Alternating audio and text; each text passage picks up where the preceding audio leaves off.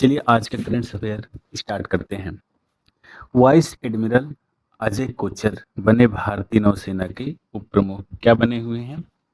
भारतीय नौसेना के उप प्रमुख बने हैं। कौन? Vice admiral Ajay Kochhar.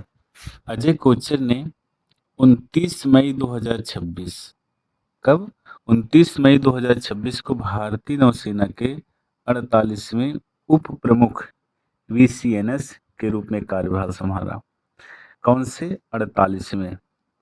ठीक, 48वें। ठीक है। पदभार ग्रहण करने के बाद उन्होंने परमवीर शहीदों को श्रद्धांजलि अर्पित की। ठीक है, परमवीर शहीदों को। वे 1 जुलाई 1988 को भारतीय नौसेना में कमीशन हुए थे। कब हुए थे? 1 जुलाई 1988 को। उन्हें गनरी और मिसाइल सिस्टम में विशेषज्ञता प्राप्त है। ठीक है, किसमें? गनरी और मिसाइल सिस्टम में।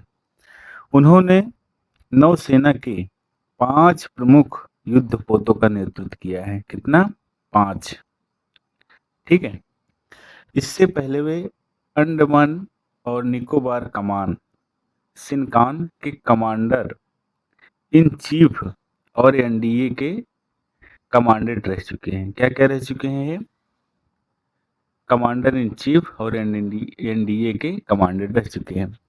उत्कृष्ट सेवा के लिए उन्हें क्या क्या PVSM, ABSM और नौसेना पदक ANM से सम्मानित किया जा चुका है। ठीक है, किस किस से सम्मानित किया जा चुका है? इन्हें सम्मानित किया जा चुका है PVSM, ABSM, ANM। अब एग्जाम पॉइंट से देखें तो वाइस एडमिरल अजय कोचर का नेतृत्व भारतीय नौसेना की सामरिक क्षमता और आधुनिक समुद्री सुरक्षा को मजबूत करेगा। ठीक है, अब अगले पॉइंट पर चलते हैं। TOFEI ऐप लॉन्च हुआ है। क्या हुआ है? TOFEI ऐप लॉन्च हुआ है। तंबाकू मुक्त शैक्षणिक संस्थान के अवसर पर केंद्रीय स्वास्थ्य सचिव ने TOFEI ऐप का पायलट संस्करण लॉन्च किया है। ठीक है, क्या किया है? ऐप को लॉन्च किया है। और ये किस कार्यक्रम में आयोजित किया गया था? तंबाकू मुक्त शैक्षणिक संस्थान में। इसका पूरा नाम क्या है? TOFEI का पूरा नाम क्या है? इसका पूरा नाम है tobacco free educational institutions application. इसका पूरा नाम है। ऐप का उद्देश्य स्कूलों और कॉलेजों में तंबाकू निषेध नियमों के प्रभावी क्रियान्वयन और निगरानी को मजबूत करना है। ठीक है, और ऐप के जरिए क्या क्या है? शैक्षणिक संस्थान डिजिटल रिपोर्टिंग और लाइव मॉनिटरिंग कर सकेंगे इस ऐप के माध्यम से। यह ऐप शिक्षण संस्थानों के 100 गज दायरे में तंबाकू बिक्री रोकने में मदद करेगा। कितने गज? 100 गज दायरे में।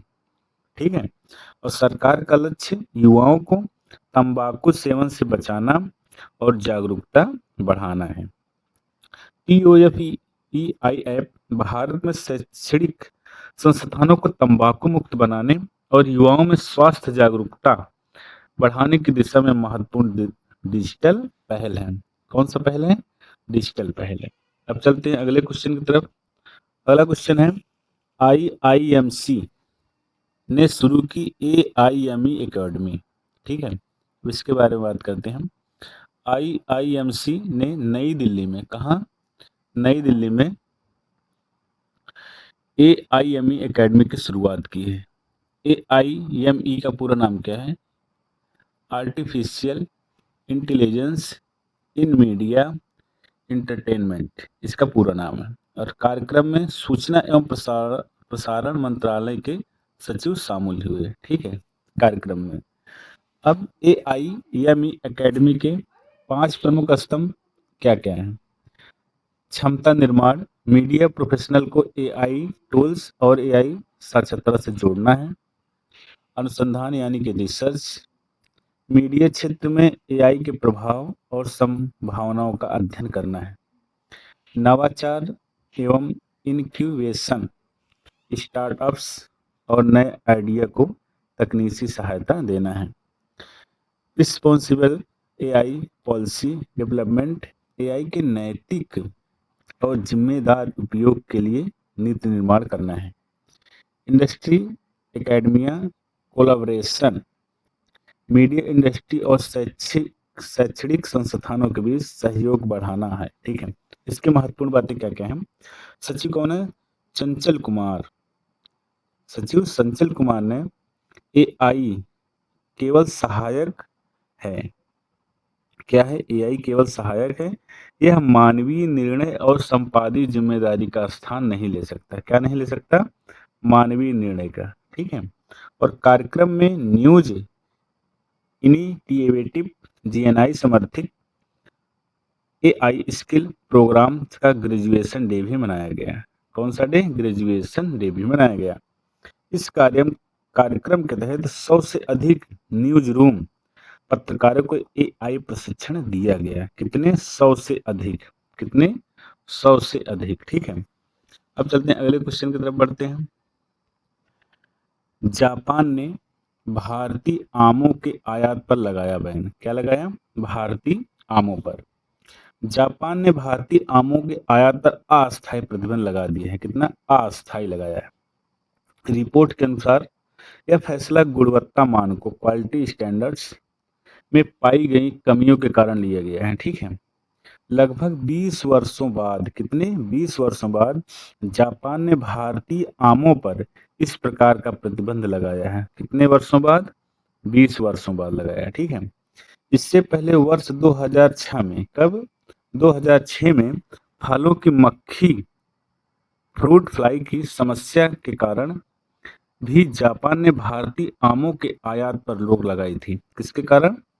फ्रूट फ्लाई मक्खी की समस्या के कारण भी लगाई थी। इसके पहले कब? 2006 में। यह फैसला भारत के कृषि निर्यात और फल व्यापार पर प्रभाव डाल सकता है। भारत विश्व के प्रमुख आम उत्पादक देशों में शामिल है। ठीक है, इसका एग्जाम लाइन पॉइंट क्या होगा? भारत जापान द्वारा भारतीय आमों पर लगाया गया प्रतिबंध अंतर्राष्ट्रीय कृषि निर्यात में गुणवत्ता मानकों के महत्व को दर्शाता है। अब चलते हैं अगले पॉइंट पर बात करते हैं। अगला पॉइंट है आईपीएल 2026 में स्मार्ट सनग्लास पर बैन लगाया गया। बीसीसीआई ने आईपीएल 2026 के दौरान नया सख्त नियम लागू किया है। क्या किया? नया नियम। बीसीसीआई ने की एंटी करप्शन यूनिट एसीयू ने खिलाड़ियों और मैच अधिकारियों के लिए स्मार्ट सनग्लासेस के उपयोग पर प्रतिबंध लगाया है। ठीक है, पीएमओए प्लेयर्स मैच ऑफिशियल्स एरिया में भी स्मार्ट सनग्लासेस इस्तेमाल करने की अनुमति नहीं होगी। ठीक है, यह फैसला मैचों में भ्रष्टाचार, डेटा लीक और अनुचित तकनीकी उपयोग रोकने के लिए लिया गया है। ठीक है, जैसे कि सनग्लासेस में क्या हो सकता है? कैमरा भी हो सकता है। इस करके देखें तो नियम का उल्लंघन करने वालों पर सख्त कार्रवाई की चेतावनी दी गई है। बीसीसीआई लगातार आईपीएल में पारदर्शिता और एंटी करप्शन सिस्टम को मजबूत कर रहा है। एग्जाम पॉइंट से देखें, आईपीएल 2026 में स्मार्ट सनग्लासेस पर बैन खेल में पारदर्शिता, निष्पक्षता और एंटी करप्शन व्यवस्था को मजबूत करने की महत्वपूर्ण कदम उठाया गया है। अब चलते हैं अगले पॉइंट पर बात करते हैं। अगला पॉइंट है सीमा सुरक्षा के साथ पर्यावरण संरक्षण।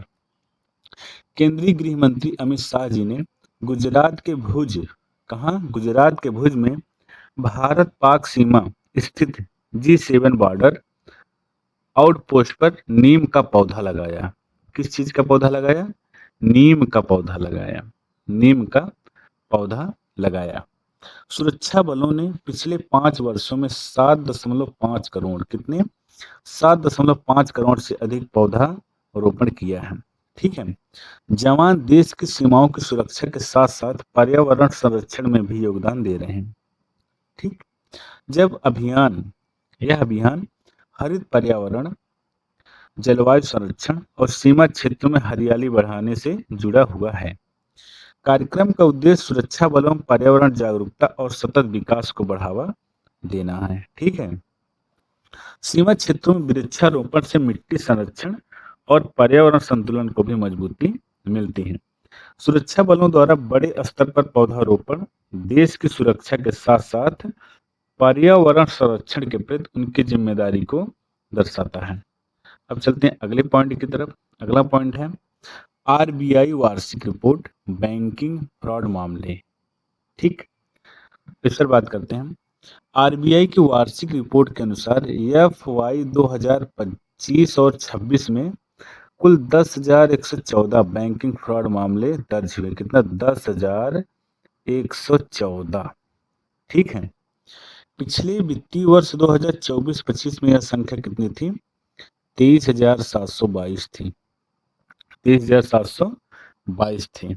इस प्रकार फ्रॉड मामलों की संख्या में लगभग 57.4% की गिरावट दर्ज की गई है। कितना? 57.4%। हालांकि धोखाधड़ी की कुल राशि बढ़कर 48,021 करोड़ हो गई है रुपया। रिपोर्ट के अनुसार बैंक और वित्तीय संस्थानों में डिजिटल फ्रॉड, कौन सा? डिजिटल फ्रॉड और वित्तीय अपराध बड़ी चुनौती बने हुए हैं। ठीक है। आरबीआई लगातार बैंकिंग क्षेत्र में साइबर सुरक्षा और निगरानी व्यवस्था को मजबूत कर रहा है। क्या कर रहा है? मजबूत कर रहा है। ग्राहकों को सुरक्षित डिजिटल लेन देन और जागरूकता बढ़ाने पर जोर दिया गया है। एग्जाम लाइन देखते हैं। आरबीआई रिपोर्ट्स के अनुसार बैंकिंग फ्रॉड मामलों की संख्या घटी है। क्या है? घटी है। लेकिन धोखाधड़ी की राशि बढ़ना वित्तीय सुरक्षा के लिए गंभीर चुनौती को दर्शाता है। अब चलते हैं अगले पॉइंट की तरफ बात करते हैं। अगला पॉइंट है दिल्ली हाई कोर्ट का टीआरएआई विज्ञापन नियम पर फैसला। क्या आया है? दिल्ली उच्च न्यायालय ने टीआरएआई के विज्ञापन समय सीमा नियम को सही ठहराया। क्या ठहराया? सही ठहराया। अदालत ने टेलीविजन पर विज्ञापन की सीमा 12 मिनट, कितना? 12 मिनट प्रति घंटा तय रखने के फैसले को बरकरार रखा है। 1 घंटे में 12 मिनट ऐड चलने का। यह नियम टेलीकॉम रेगुलेटरी अथॉरिटी और ऑफ इंडिया टीआरआई द्वारा लागू किया गया था। जस्टिस अनिल क्षेत्रपाल और अमित महाजन की डिवीजन बेंच ने ब्रॉडकास्टर्स की याचिकाएं खारिज की हैं। कई टीवी प्रसारण कंपनियों ने विज्ञापन समय सीमा को चुनौती दी थी। अदालत ने माना कि यह नियम दर्शकों के हित और संतुलित प्रसारण व्यवस्था के लिए आवश्यक है। टीआरएआई का उद्देश्य टीवी चैनलों पर अत्यधिक विज्ञापन प्रसारण को नियंत्रित करना है।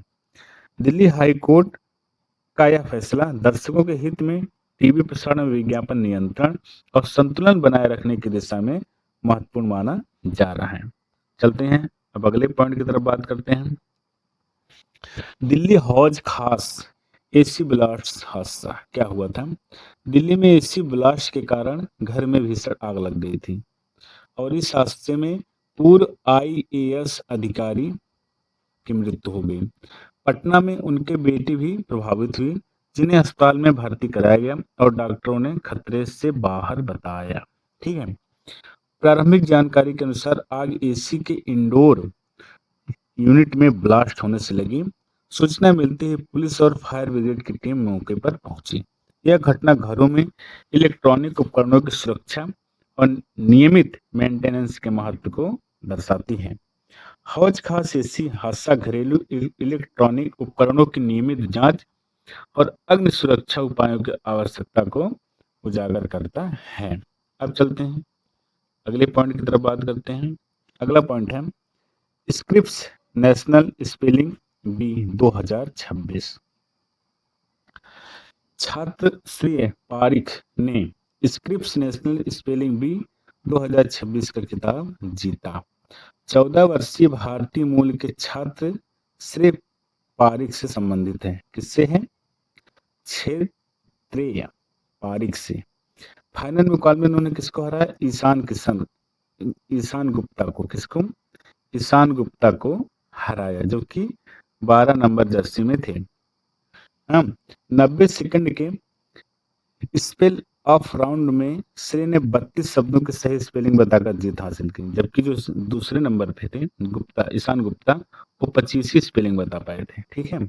और स्क्रिप्ट नेशन स्पेलिंग भी दुनिया की सबसे प्रतिष्ठित स्पेलिंग प्रतियोगिताओं में से एक मानी जाती है। भारतीय मूल के छात्रों का इस प्रतियोगिता में लगातार उत्कृष्ट प्रदर्शन देखने को मिला। अब इनको कितनी राशि मिली? $52,500 अमेरिकी डॉलर इनको राशि मिली थी इस प्रतियोगिता जीतने के लिए। किसको मिला था? छात्र श्रेय पारिक को मिला था। अब चलते हैं अगले पॉइंट की तरफ बात करते हैं। अगला पॉइंट है ऑपरेशन सिंदूर स्मारक पुस्तक विमोचन। ठीक है, इस पर बात करते हैं। रक्षा मंत्री ने ऑपरेशन सिंदूर पर आधारित स्मारक पुस्तक का विमोचन किया। पुस्तक में सैनिकों के व्यक्तिगत अनुभव और युद्ध से जुड़ी कहानियां संकलित की गई हैं। रक्षा मंत्री ने कहा कि यह प्रकाशन आधुनिक युद्ध के मानवीय आयाम, human dimension of modern warfare को दर्शाता है। पुस्तक में रणनीति, साहस और सैन्य अनुभवों को विस्तार से प्रस्तुत किया गया है। यह प्रकाशन सैनिकों के योगदान और बलिदान को सम्मान देने का प्रयास माना जा रहा है।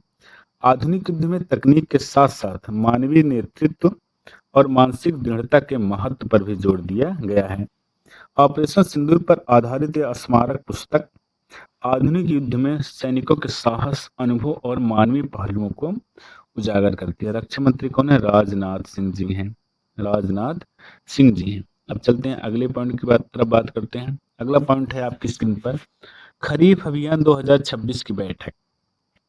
केंद्रीय कृषि मंत्री ने राज्यों के कृषि मंत्रियों के साथ खरीफ अभियान 2026 को लेकर बैठक की। ठीक है, बैठक में खरीफ 2026 के लिए राज्यों को स्पष्ट कृषि रोड मैप दिया गया। क्या दिया गया? कृषि रोड मैप दिया गया।